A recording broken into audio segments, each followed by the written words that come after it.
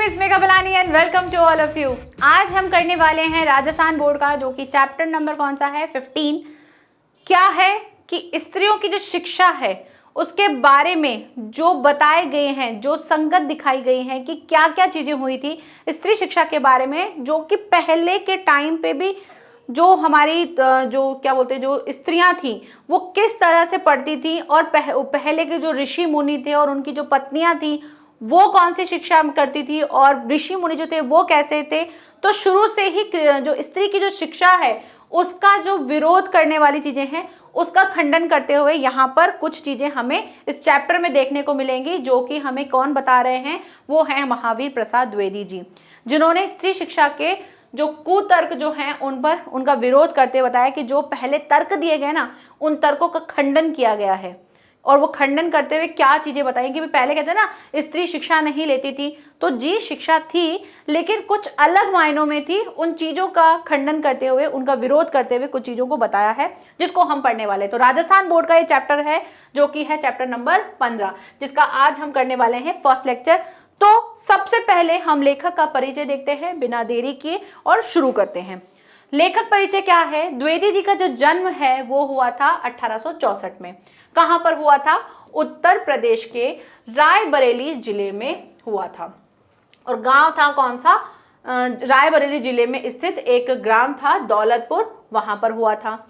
पंडित राम सहाय दुबे के यहाँ हुआ था, तो यानी उनके पिता का नाम क्या था? पंडित राम सहाय।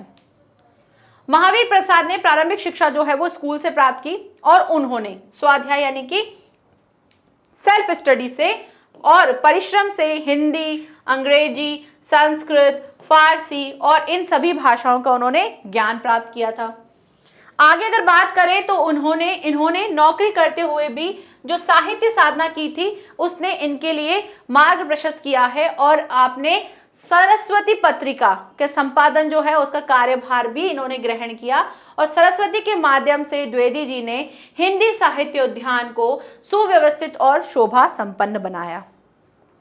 इनकी साहित्य सेवाओं के प्रति सम्मान स्वरूप काशी नागरी प्रचारिणी सभा जो है उनके द्वारा इनको आचार्य की उपाधि मिली। जब इन्होंने काशी नागरी जो प्रचारिणी सभा है वहां के अनुसार इनको फिर क्या कहा गया? आचार्य की उपाधि इनको दी गई, तथा हिंदी साहित्य सम्मेलन प्रयाग द्वारा इनको साहित्य वाचस्पति की उपाधि जो है उससे विभूषित किया गया, और सन 1938 में इनका देहांत हो गया। ठीक है, तो ये था इनके जीवन के बारे में। आगे बात करते हैं साहित्य जगत में इनका स्थान, कि इनका क्या स्थान दिया जाता है। तो अकेले ही द्विवेदी जी ने हिंदी के हित साधना के लिए जितना श्रम किया और सफलता प्राप्त की वह आश्चर्यजनक और प्रशंसनीय है। भारतेंदु जी के कार्य को अद्वितीय कुशलता से आगे बढ़ाकर उन्होंने हिंदी साहित्य को एक मानक भाषा और अनुशासित लेखन की भेंट प्रदान की है। हिंदी साहित्य में द्विवेदी जी का स्थान जो है बहुत ही विशिष्ट है, और हिंदी साहित्य के क्षेत्र में उनको योगदान जो है वो सदैव स्मरण किया जाता है। और अगर बात करें हिंदी साहित्य की तो आप ये लाइन भी डाल सकते हो कि हिंदी साहित्य में जो एक युग आता है द्विवेदी युग, तो वो उनके लिए भी किस वजह से दिया गया है? इन्हीं के ऊपर उनका नाम दिया गया है, द्विवेदी युग को। ठीक है, तो इनका हिंदी साहित्य में बहुत ज्यादा मान था, बहुत ज्यादा इनके लिए इंपॉर्टेंस थी। नेक्स्ट बात करते हैं इनके निबंध, इनकी रचनाएं क्या क्या थी। तो आपने विविध विषयों पर निबंध लिख करके हिंदी में एक महत्वपूर्ण अभाव की पूर्ति की है। इतिहास, विज्ञान, भूगोल, साहित्य, इन सभी से रिलेटेड इन्होंने बहुत सारे विषय लिए थे और उस पर इन्होंने बहुत सारे निबंध लिखे हैं। समालोचना यानी किसी चीजों पर जरूरी नहीं ना आप हमेशा सहमति रहेंगे, कभी आप किसी चीज के ऊपर आलोचना भी लगाते हैं, तो वैसा भी कुछ किया था इन्होंने। तो आपने हिंदी को स्तरीय समालोचना की भेंट प्रदान की थी। कालिदास की निरंकुशता, रसज्ञ रंजन, विचार विमर्श, नैषद चरित्र चर्चा, साहित्य सौंदर्य, हिंदी नवरत्न आदि आपके क्या हैं? श्रेष्ठ समालोचन जो ग्रंथ हैं वो हैं। बात करें अगर इनकी और रचनाओं की, तो संपत्ति शास्त्र, वक्तव्य कला, जल चिकित्सा, ये भी इनकी क्या है? कुछ रचनाएं हैं। अनुवाद यानी कि ट्रांसलेशन भी किए हैं इन्होंने, तो कुमार संभव, मेघदूत, बेकन विचार, विचार रत्नावली, इन पर इन्होंने अनुवाद किए थे, यानी इनको कोई और भाषा होगी उसमें इन्होंने इनको ट्रांसलेट किया होगा, तो वो था। संपादित क्या किया था? सरस्वती हिंदी जो मासिक पत्रिका है उसका इन्होंने संपादन किया था। काव्य रचनाओं में काव्य मंजूषा और काव्य कलाप, ये जो है इन्होंने काव्य रचनाएं की थी। नेक्स्ट, ये था इनका जीवन परिचय। अब बात करते हैं पाठ का सार, यानी कि एग्जैक्टली हम चैप्टर में पढ़ने क्या वाले हैं, क्योंकि चैप्टर बहुत बड़ा है, आज कंप्लीट नहीं हो पाएगा। तो पहले हम इसकी समरी देखेंगे, उसके बाद चैप्टर को पढ़ेंगे line to line, then chapter complete नहीं हो पाएगा आज का, लेकिन हमको एटलीस्ट ये पता चल जाएगा कि हम चैप्टर में क्या पढ़ने वाले हैं। तो उस चीज को देखते हैं। पाठ के सार में क्या दे रखा है, ये एक निबंध है। यह निबंध पहली बार सरस्वती पत्रिका के सितंबर 1914 ईस्वी के अंक में पढ़े लिखों का पांडित्य शीर्षक से प्रकाशित हुआ है। कहां से लिया गया है, सरस्वती जो पत्रिका है उसमें सितंबर 1914 में कुछ एक आया था पाठ, वहां पे लिखा था क्या, पढ़े लिखों का पांडित्य। इस शीर्षक से जो है वहां से लिया गया है ये चैप्टर। बाद में लेखक ने इसको महिला मोद नामक पुस्तक में शामिल किया। अब इसी चीज को इन्होंने कहां डाला, महिला मोद जो है वहां पर इन्होंने इसको डाल दिया था। इसका शीर्षक बदल करके क्या रखा गया, स्त्री शिक्षा के विरोधी कुतर्कों का खंडन। ये शीर्षक जो है इसका फिर बाद में नाम चेंज करके ये डाल दिया। इस निबंध में द्विवेदी जी ने स्त्री शिक्षा को बेकार और समाज के लिए विघटनकारी मानने का प्रबल विरोध किया है। भाई जो लोग कहते हैं ना कि लड़कियां क्या करेंगी पढ़ लिख कर, तो उस चीज का इन्होंने विरोध करते हुए बहुत सारी चीजें जो हैं उन्होंने बताई है। और साथ ही साथ क्या कहा है कि समाज के लिए क्या है ये विघटनकारी, जो लोग कहते हैं कि स्त्री शिक्षा का कोई मतलब नहीं है, उसका इन्होंने बहुत कठोरता से उन्होंने इस चीज का विरोध किया है। निबंधकार ने इसमें परंपरागत बातों को ज्यों का त्यों स्वीकार करने के स्थान पर उनको विवेक की कसौटी पर कसने का तथा ग्रहण करने योग्य को ही स्वीकार करने का सुझाव दिया है। इन्होंने क्या बताया है, जो परंपरा पहले जो चीजें होती थी उन चीजों को जैसा दे रखा है, पुराने जमाने में क्या क्या चीजें होती थी, यानी कि जब संस्कृत और वैदिक संस्कृत चलती थी, तो उस टाइम पर जो चीजें थी उनको वैसा का वैसा नहीं लेते हुए उन्होंने इस चीज के लिए कुछ फैक्ट्स भी दिए हैं। और उन चीजों के साथ इन्होंने अपने चैप्टर में इस चीज को बताया है कि आप जो कह रहे हैं स्त्री शिक्षा का विरोध, तो वो स्त्री शिक्षा नहीं होनी चाहिए, तो उस चीजों के लिए इन्होंने विरोध करते हुए बहुत सारी चीजें परंपरागत पहले जो हुई थी उनको साथ में लेते हुए इन्होंने बहुत सारी चीजें हमको क्लियर करवाई हैं, जो हम चैप्टर में अभी देखेंगे। ठीक है, आगे बढ़ते हैं। और उन्होंने क्या बताया है, उन्होंने बताया लेखक ने साफ साफ कहा है कि सड़ी गली तथा विवेक द्वारा आग्रह परंपराओं को छोड़ देना ही उचित है। यह विवेकपूर्ण दृष्टिकोण संपूर्ण नवजागरण काल की विशेषता है। ऐतिहासिक दृष्टि से भी आज ये निबंध जो है बहुत इंपॉर्टेंट है और लेखक ने भारत के अतीत की छानबीन करते हुए अनेक अकाट्य तर्कों द्वारा स्त्री शिक्षा का समर्थन किया है। और उन्होंने क्या बताया, उन्होंने कहा है कि विवेकपूर्ण, यानी कि ऐसा नहीं कि बस लठमार बहस करनी है, नहीं, उन्होंने बहुत ही विवेक के साथ, बहुत ही समझ के साथ, बहुत ही सूझबूझ के साथ बहुत सारी चीजें जो पहले के टाइम पे थी उन चीजों को लेते हुए कुछ ऐसे फैक्ट्स भी दिखाए कि देखो कि पहले के टाइम पे भी शिक्षा थी और वो काम आती थी, तो इसीलिए स्त्रियां जो हैं वो भी शिक्षित होनी चाहिए। और उसके लिए इन्होंने पहले जो पूर्व में जो चीजें होती थी, यानी हमारे ऋषि मुनि के टाइम की बात हो रही है ना, उस टाइम पे जो चीजें होती थी उन सभी चीजों को आज के टाइम में दिखाया है कि देखो आज भी जो है अगर स्त्री शिक्षा जरूरी है, क्योंकि पहले के टाइम पे भी स्त्रियां जो थी वो कर लेती थी, उस चीजों को दिखाया है। ठीक है, तो वहां पे कुछ अकाट्य तर्क, यानी ऐसे कुछ तर्क दिए होंगे जिससे उन्होंने जो शिक्षा का जो है वो समर्थन किया है। तो ये था सार। यहां से हमारा चैप्टर शुरू होता है जिसको हम लाइन टू लाइन समझना शुरू करते हैं। क्लियर? बड़े शौक की बात है, आजकल भी ऐसे लोग विद्यमान हैं जो स्त्रियों को पढ़ाना उनके और गृह सुख के नाश का कारण समझते हैं। और लोग भी ऐसे वैसे नहीं, सुशिक्षित लोग, ऐसे लोग जिन्होंने बड़े बड़े स्कूल और शायद कॉलेजों में भी शिक्षा पाई है, जो धर्मशास्त्र और संस्कृत के ग्रंथ साहित्य से परिचय रखते हैं और जिनका पेशा कुशिक्षितों को सुशिक्षित करना, कुमार्गियों को कुमार्गगामियों को सुमार्गगामी बनाना और अधर्मिकों को धर्मत्व समझाना और उनकी दलील सुनिए। क्या कहते हैं कि बड़े ही शौक की बात है, मतलब बहुत ही दुख की बात है कि हमारे टाइम में आज के लोग, ऐसे लोग भी हैं जो स्त्रियों को पढ़ाना क्या समझते हैं कि भाई ये तो गृह सुख का नाश है, कि लड़कियां पढ़ लिख के जाएंगी तो फिर ज्यादा हवा में उड़ेंगी, बाहर जाएंगी, काम करेंगी तो घर का काम नहीं हो पाएगा, घर के जो सुख मिलने चाहिए वो नहीं मिल पाएंगे। तो ऐसे लोग भाई चलो माने कि पढ़े लिखे जो कम होते हैं वो ऐसी सोच रखें, लेकिन कुछ पढ़े लिखे लोग जो बहुत ही अच्छे अच्छे पद पर हैं, बड़े बड़े अच्छे अच्छे कॉलेज में पढ़ाते हैं, वहां से उन्होंने खुद ने भी शिक्षा ग्रहण की है, आज भी उनकी सोच ऐसी है। काफी लोग आपको आज भी ऐसे मिलेंगे, बहुत से लोग आपको ऐसे मिलेंगे जो बोलते हैं हाँ भाई लड़कियों को पढ़ाना है, करना है, लेकिन वो कहीं ना कहीं एक चीज अंदर रखते हैं कि नहीं लड़की को तो घर भी संभालना है, चलो नौकरी तो करे लेकिन घर भी संभालना है। ये चीज आज भी होती है लोगों के अंदर। तो उसी चीज को लेते हुए लेखक कह रहे हैं कि ऐसे लोग जो पढ़े लिखे हैं वो भी ये चीजें जो है सोचते हैं, और क्या बता रहे हैं कि भाई आप जो कहते हैं कि धर्मशास्त्र और संस्कृत के ग्रंथ साहित्य का परिचय रखते हुए कि भाई जिनको संस्कृत का, ग्रंथों का बहुत अच्छा ज्ञान है, जिनका पेशा क्या है भाई जो कुशिक्षित यानी जिनके पास शिक्षा नहीं है उनको शिक्षित करना यानी उनको शिक्षा देना, जो गलत मार्ग पे चल रहे हैं उनको अच्छे मार्ग पर लेकर आना, जो लोग धर्म को नहीं मानते हैं उनको धर्म का ज्ञान देना, धर्म तत्व यानी कि धर्म का ज्ञान देना, धर्म समझाना। ऐसे लोग भी क्या करते हैं, ऐसे लोग भी स्त्री शिक्षा का कभी कभी क्या करते हैं, विरोध करते हैं, और उनकी दलील जो आप हैं वो सुनिए। क्या सुनिए भाई, कहते हैं क्या कि भाई पुराने संस्कृत की बात हो रही है। कवियों के नाटकों में कुलीन स्त्रियों से अपढ़ों की भाषा में बातें कराई गई हैं। इससे प्रमाणित है कि इस देश में स्त्रियों को पढ़ाने की चाल न थी, होती तो इतिहास पुराणादि में उनको पढ़ाने की नियमबद्ध प्रणाली जरूर लिखी मिलती। इन्होंने क्या बोला है भाई, पुराने संस्कृत के टाइम पे भी क्या होता था, स्त्रियां जो थी उनकी पढ़ाई जो थी वैसी जो शिक्षित पढ़ाई जो होती है वैसी जो है आपको नहीं देखने को मिलेगी।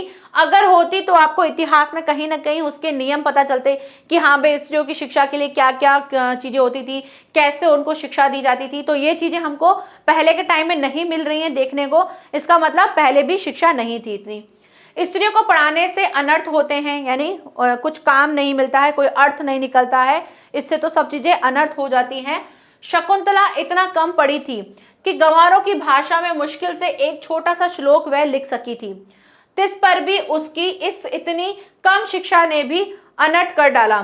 शकुंतला ने जो कटु वाक्य दुष्यंत को कहे वह इस पढ़ाई का ही दुष्परिणाम था। उन्होंने क्या बताया कि जो शकुंतला है, जो पहले के टाइम के बारे में बात हो रही है, शकुंतला ने जो दुष्यंत को कुछ कटु वाक्य कहे थे और जो उसने भाषा का यूज किया था, तो उसके लिए भी उसको क्या कहा गया कि भी उसकी भाषा जो थी वो वैसी नहीं थी जैसे बाकी लोग बोलते थे। तो इसका मतलब क्या है कि उसने बहुत ही टूटी फूटी लैंग्वेज में जो उन्होंने एक छोटा सा श्लोक लिखा था उस पर भी लोग क्या बोल रहे थे कि भाई इसको तो पढ़ना लिखना नहीं था, लेकिन उस पर भी उन्होंने विरोध किया था कि भाई इसने इतना लिख कैसे लिया। ठीक है, तो ये चीज उन्होंने पहले के टाइम से इस चीजों को विरोध करते बता रहे हैं कि ये क्या है, वह इस पढ़ाई का ही क्या था, दुष्परिणाम था। आगे बात करते हैं, तीसरा पॉइंट ये क्या बोल रहे हैं, जिस भाषा में शकुंतला ने श्लोक रचा था वह अपढ़ों की भाषा थी। अपढ़ों मतलब क्या होता है, अनपढ़। ठीक है, यहाँ पे अपढ़ों का मतलब है अनपढ़। तो शकुंतला ने जिस भाषा में लिखा था ना, वो भाषा कैसी थी, वो कही जाती थी कि अनपढ़ों वाली, गंवारों वाली भाषा है, और उस भाषा में उसने श्लोक लिखा था। अगर हम श्लोक लिखते तो कैसे होते हैं, संस्कृत में होते हैं, है ना, तो वो बिल्कुल शुद्ध तरीके से होते हैं, लेकिन जो शकुंतला ने लिखा था वो बिल्कुल अनपढ़ों वाला लिखा था, यानी कि टूटा फूटा सा लिखा था, जिससे दिख रहा था कि यार ये कैसी भाषा है, गंवारों जैसी भाषा है।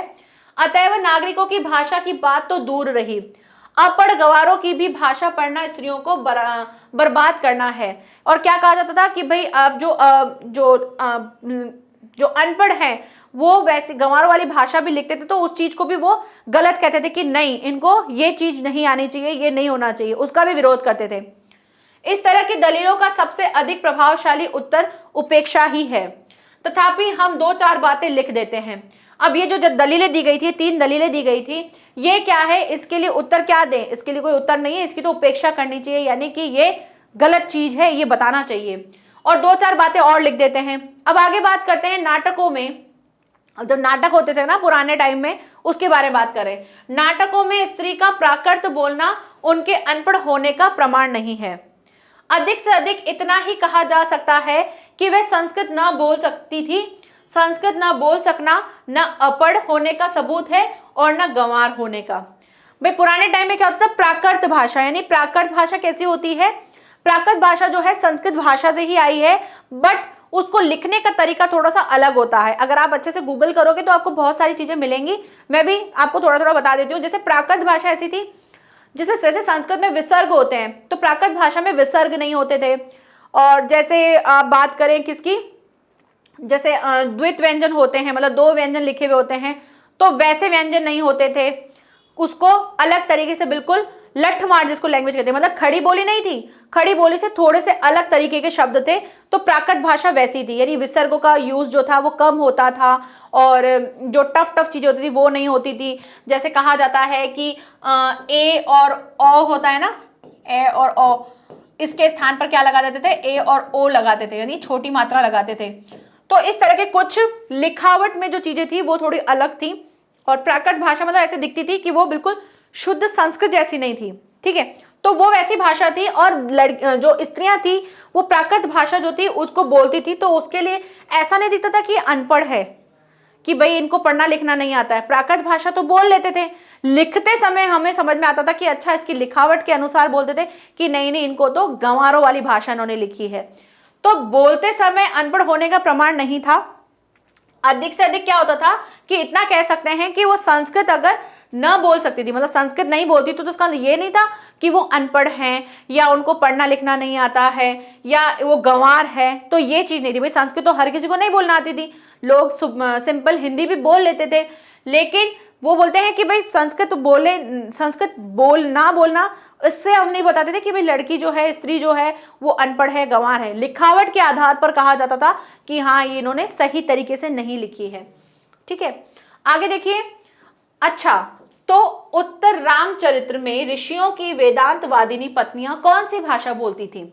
अच्छा, अगर आप ये बोलते हो कि भाई अगर वो भाषा प्राकृत भाषा बोलती हैं, शुद्ध संस्कृत नहीं बोलती हैं, तो उसका मतलब वो गंवार नहीं है, तो ये क्वेश्चन किया है खुद से ही, बता रहे हैं कि जो ऋषियों की जो वेदांतवादिनी यानी जो उनकी जो वेदों को जानने वाली जो उनकी पत्नियां थी वो कैसी भाषा बोलती थी। उनकी संस्कृत क्या कोई गंवारी संस्कृत थी, या जो संस्कृत बोलती थी क्या वो गंवार वाली संस्कृत बोलती थी। भवभूति और कालिदास आदि के नाटक जिस जमाने के हैं उस जमाने में शिक्षितों का समस्त समुदाय संस्कृत ही बोलता था। कब की बात कर रहे हैं, जब भवभूति और कालिदास का टाइम है, उस टाइम में बात कर रहे हैं कि उस टाइम पे लोग जो बात भी करते थे वो भी कैसे करते थे, संस्कृत में ही बात करते थे। इसका प्रमाण पहले कोई दे ले, सब प्राकृत बोलने वाली स्त्रियों को अपढ़ बताने का साहस करे। और क्या कहा है कि इसका प्रमाण कोई दे चाहे ना दे, लेकिन प्राकृत भाषा बोलने वाली स्त्रियों को क्या बोला जाता था, अपढ़ बताने का साहस करें। ऐसा कोई चीज हो सकती है, तो इसका क्या सबूत है कि उस जमाने में बोलचाल की भाषा प्राकृत न थी। सबूत तो प्राकृत के चलन के ही मिलते हैं।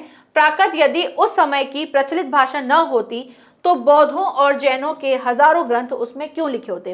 भाई इनका ये मेन जो बेसिकली अगर मैं बोलूँ ना कि आप इसमें क्या समझोगे, तो इन्होंने ये कहा है कि अगर प्राकृत बोलना गंवारों वाली लैंग्वेज है तो प्राकृत को क्यों बौद्ध और जैन लोगों ने इनको एज अ ग्रंथ जो है उसमें यूज किया, क्योंकि प्राकृत भाषा का सबसे पहले जो यूज करना जो शुरू किया था वो आर्य समाज ने शुरू किया था। तो कह रहे हैं कि अगर उन्होंने ये ग्रंथ रचित किए हैं प्राकृत भाषा में तो क्या फिर वो गंवारों वाले ग्रंथ थे या वो सही नहीं थे। तो प्राकृत भाषा बोलने वाले गंवार हो जाते हैं या अपढ़ यानी अनपढ़ जैसे दिखते हैं, तो ये कहां से प्रमाण मिलते हैं, इसके तो प्रमाण आपको मिलते नहीं है। आगे बात करते हैं, और भगवान शाक्य मुनि तथा उनके चेले प्राकृत में ही क्यों धर्मोपदेश करते थे। और साथ ही साथ इन्होंने और भी चीजें बोली कि अगर आप प्राकृत को गंवार भाषा कहते हो तो फिर शाक्य मुनि ने जो उपदेश दिए हैं वो भी उन्होंने प्राकृत भाषा में दिए, तो क्या वो सही नहीं है। बौद्धों के त्रिपिटक ग्रंथ की रचना प्राकृत में की जाने का एकमात्र कारण यही है कि उस जमाने में प्राकृत ही सर्वसाधारण भाषा थी, यानी प्राकृत भाषा को सभी लोग समझ लेते थे। सिर्फ ऐसा नहीं है कि बहुत ज्ञाता जो होंगे संस्कृत वाले वो भाई नॉर्मल भी होते हैं ना, जैसे हमारे आसपास भी क्या होते हैं, कोई बहुत अच्छी नॉलेज रखते हैं किसी भी सब्जेक्ट में, तो बाकी अगर थोड़ी थोड़ी रखते तो क्या वो गंवार है, नहीं, उनको भी तो पता है ना। तो ऐसे ही सर्वसाधारण में भाषा कौन सी थी, प्राकृत भाषा जो थी वो सभी को समझ में आती थी। संस्कृत बहुत हाई लेवल को समझ में आती थी, लेकिन प्राकृत भाषा जो है वो सबको समझ में आती थी क्योंकि वो थोड़ी इजी होती थी। अतएव प्राकृत बोलना और लिखना अपढ़ और अशिक्षित होने का चिन्ह नहीं है। तो इन्होंने ये पॉइंट बता दिया कि अगर उस जमाने में कोई स्त्री अगर प्राकृत भाषा में बोलती थी या कुछ लिखती थी तो फिर वो अनपढ़ नहीं है, क्यों? क्योंकि उस समय ये भाषा जो थी वो सर्वसाधारण थी, सभी द्वारा समझी जाती थी, और बौद्ध और जैन लोगों ने भी जो है, धर्मों के लोगों ने इसमें अपने ग्रंथ लिखे थे। तो इससे ये समझ में आ जाता है कि प्राकृत भाषा बोलने वाले अनपढ़ नहीं थे। जिन पंडितों ने गाथा सप्तशती, सेतुबंध का महाकाव्य और कुमारपाल चरित जो है इस टाइप के जो ग्रंथ जो हैं वो प्राकृत में ही बनाए हैं, ये वे यदि अपढ़ और गंवार थे तो हिंदी के प्रसिद्ध से भी प्रसिद्ध अखबार का संपादक इस जमाने में अपढ़ और गंवार कहा जा सकता है, क्योंकि वह अपने जमाने की प्रचलित भाषा में अखबार लिखता है। अब इन्होंने देखो कितनी मस्त बात कही है। इन्होंने कहा है कि भाई जो सेतुबंध महाकाव्य है या कुमारपाल चरित जो है वो ग्रंथ हैं, वो सभी प्राकृत भाषा में लिखे हुए। अगर आप कहते हो कि प्राकृत भाषा जो है वो गंवारों वाली है, तो इसका मतलब क्या है, जो आज के टाइम पे जो अखबार देते हैं, अखबार जो बांटते हैं, वो जो उस भाषा को यूज करते हैं वो हिंदी यूज करते हैं। तो इस हिसाब से तो हमारे अखबार भी क्या होने चाहिए, सारे के सारे अपढ़ वाले होने चाहिए, यानी कि अनपढ़ वाले होने चाहिए। तो यहां से वो कह रहे हैं कि उन्होंने, आज के टाइम लोग क्या कर रहे हैं, हम भी अखबार उसी भाषा में डालते हैं ना, कि जिस भाषा को सभी लोग समझ सकते हैं। तो उस टाइम पे प्राकृत भाषा सब लोग समझ लेते थे, तो इस हिसाब से प्राकृत भाषा बोलने वाला अपढ़ तो नहीं होगा, अनपढ़ नहीं होगा, वो लिख सकता है तो वो भी सही होगा। तो देखो ये आज के टाइम का पहले की चीजों से क्या बता रहे, तर्क करते हुए बता रहे। तो पहला तर्क आप अखबार वाला भी ले सकते हो, ठीक है। चलिए आगे बढ़ते हैं। नेक्स्ट क्या कहते हैं, हिंदी, बांग्ला आदि भाषाएं आजकल की प्राकृत हैं। जैसे आज के टाइम में प्राकृत भाषाएं कैसे बोलिए, हिंदी बोल दिया, बांग्ला बोल दिया, ठीक है, ये सब क्या है, प्राकृत भाषा है। शोरसैनी, मागधी, महाराष्ट्री, पाली आदि भाषाएं उस जमाने की थी।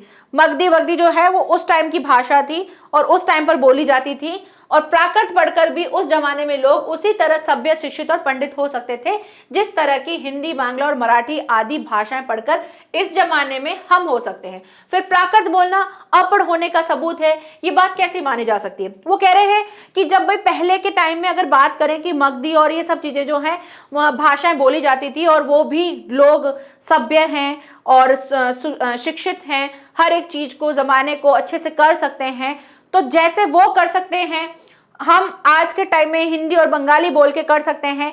तो इस तरह से प्राकृत बोलने वाले अनपढ़ कैसे हो सकते हैं, फिर तो वो भी अनपढ़ नहीं हो सकते, गंवार नहीं हो सकते। और फिर प्राकृत बोलने वाले यही बोला है कि भाई उसका आप सबूत कैसे दोगे कि भाई जो प्राकृत बोलते थे वो लोग गंवार थे, तो ये बात कैसे मान सकते हैं। तो इस बात को मानने का कोई भी हमको तर्क नहीं मिलता कि हाँ जो प्राकृत भाषा बोलते थे वो क्या थे, थोड़े से अपढ़ वाले थे। नहीं, वो नहीं थे, क्योंकि हम देखते हैं हमारे न्यूज़पेपर कैसे होते हैं, आपको मराठी में मिल जाएंगे, आपको हिंदी में मिल जाएंगे, आपको जिस अलग अलग जगहों पे हर अलग अलग भाषाओं में आपको अखबार मिल जाएंगे। तो इसका मतलब क्या, वो अखबार सही नहीं है, वो अपढ़ वाले हैं? नहीं, ठीक है। तो इस तरह से उन्होंने प्राकृत के लिए चीज कही है। आगे देखिए नेक्स्ट क्या कहा है। अब उन्होंने एक और पॉइंट डाला है, जिस समय आचार्यों ने नाट्य शास्त्र संबंधी नियम बनाए थे तो उस समय सर्वसाधारण की भाषा संस्कृत न थी, चुने हुए लोग ही संस्कृत बोलते या बोल सकते थे। इसी से उन्होंने उनकी भाषा संस्कृत और दूसरे लोगों और स्त्रियों की भाषा प्राकृत रखने का नियम कर दिया। भाई क्या बता रहे हैं कि आचार्य लोग जो थे जब नाटक वाटक बनाते थे, नाट्य शास्त्र करते थे, तो भाई देखो सब लोग संस्कृत नहीं बोल पाते थे, कुछ लोग ही संस्कृत बोल पाते थे। तो सर्वसाधारण में संस्कृत भाषा नहीं थी, संस्कृत नहीं बोलते थे, कुछ चुने हुए लोग ही बोलते थे। तो उस समय पर क्या कर दिया, उनकी भाषा संस्कृत, जो अच्छे से बोल पाते थे उनकी भाषा संस्कृत कर दी, और जो लोग नहीं बोल पाते हैं, बाकी के सभी लोग या जितनी भी स्त्रियां हैं, उन सभी के लिए क्या बोल दिया कि आप जो बोल रहे हो वो क्या है, प्राकृत भाषा है, आपको इसी भाषा में बोलना है। तो जो संस्कृत बोलते थे वो बहुत निखर के दिखते थे, वो बहुत ऐसा लगते थे कि और ये तो पढ़े लिखे हैं। जो प्राकृत भाषा बोलते थे यानी कि शुद्ध संस्कृत में नहीं बोलते थे, वो क्या दिख जाते थे, वो दिख जाते थे कि ये अपढ़ टाइप के हैं। पुराने जमाने में स्त्रियों के लिए कोई विश्वविद्यालय नहीं था भाई, क्योंकि होता तो उसका हमको जिक्र मिलता नहीं था। फिर नियमबद्ध प्रणाली का उल्लेख आदि पुराणों में न मिलने तो क्या आश्चर्य। फिर भाई नियमबद्ध हमको कोई प्रणाली भी नहीं मिली कि हाँ भाई कोई विश्वविद्यालय थे जहाँ पे स्त्रियां जो जाके शिक्षित होती थी, ऐसा कुछ नहीं मिला, तो ठीक है नहीं मिला था, और वो पुराणों में भी हमको नहीं दिखता है। और उल्लेख उसका कहीं रहा हो या फिर नष्ट हो गया हो, भाई ऐसा तो नहीं है कि हाँ कहीं मिला हो फिर वो नष्ट हो गया हो, नहीं हो अब हमारे पास नहीं हो। पुराने जमाने में विमान उड़ते थे, ठीक है, बताइए उनके बनाने की विद्या जो है वो सिखाने वाला कोई शास्त्र है कि वे कह रहे हैं भाई पुराने जमाने में विमान उड़ते थे, ठीक है, जैसे कौन सा है, गरुड़ वरुड़ है ना, अब उसके चीज मिलते हैं तो वो उसके शास्त्र कहाँ मिलते हैं, वो उसकी विधि कहाँ मिलती है, वो कहीं दिखते हैं? ठीक है, नहीं दिखते हैं।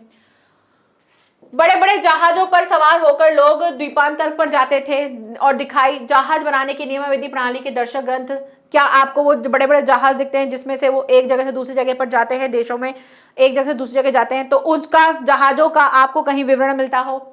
पुराणादि में विमानों जहाजों द्वारा की गई यात्राओं के हवाले देकर उनका अस्तित्व तो हम बड़े गर्व से स्वीकार करते हैं, परंतु पुराने ग्रंथों में अनेक प्रगल्भ पंडिताओं के नामोल्लेख देखकर भी कुछ लोग भारत के तत्कालीन स्त्रियों को मूर्ख, अपढ़ और गंवार बताते हैं।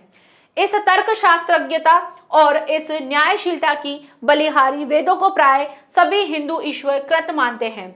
सो ईश्वर तो वेद मंत्रों की रचना तथा उनका दर्शन विश्ववरा आदि स्त्रियों से करवाए और हम उनके कह करा पढ़ाना भी पाप समझते हैं। क्या कह रहे हैं? वो कह रहे हैं कि भाई जो आप कह रहे हो ना जहाज वहाज ये सब चीजें कह रहे हो, उन सब चीजों को जब आप दिखाते हो कि हमारे पुराणों में है, अगर आप दिखाते हो तो उसको तो आप बड़े गर्व से बताते हो कि हाँ भाई है, और जब स्त्रियों की बात आती है तो स्त्री की शिक्षाओं के लिए आपके पास कुछ है ही नहीं।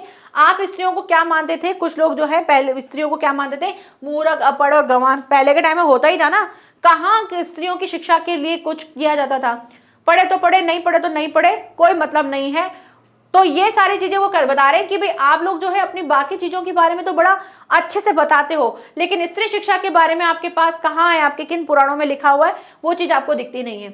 इसी के साथ उन्होंने आगे बताया है कि स्त्रियों के और उन्होंने क्या बताया है कि स्त्रियों के लिए क्या बताया जाता था? स्त्रियों के लिए कहा जाता था कि स्त्रियों का पढ़ना क्या है, एक तरह से पाप है, ये कहा जाता था।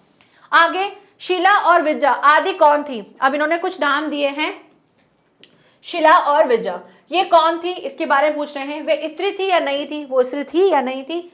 बड़े बड़े पुरुष कवियों से आदृत हुई हैं या नहीं? भाई बड़े बड़े पुरुष कवि जो थे उनसे आदृत हुई हैं, वो है या नहीं? षाडंगद्र पद्धति में उनकी कविता जो है उनके नमूने हैं या नहीं है? अब ये क्वेश्चन करते जा रहे हैं कि बताओ भाई कौन है ये शिला विद्या, कौन है, इनके बारे में बताओ। ये कवि हैं क्या है, महान पुरुष हैं क्या है, बताओ इनके बारे में।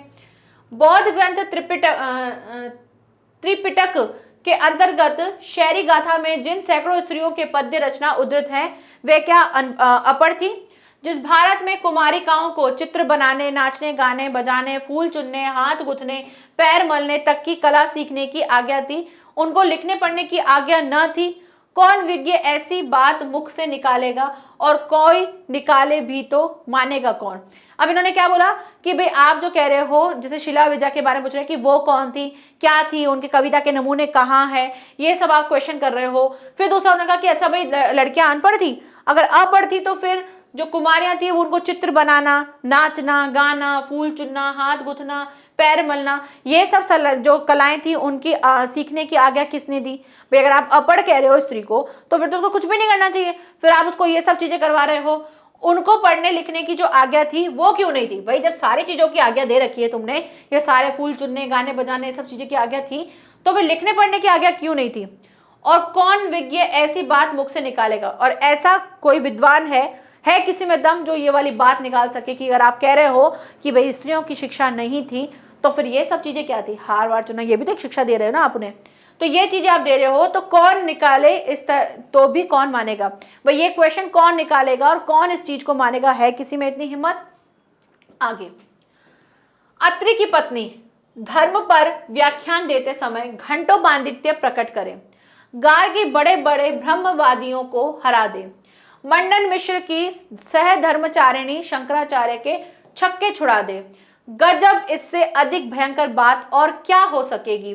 ये सब पापी पढ़ने का अपराध है, न वे पढ़ती न वे पूजनीय पुरुषों का मुकाबला करती, ये सारा दुराचार स्त्रियों को पढ़ाने ही का कुफल है, समझे।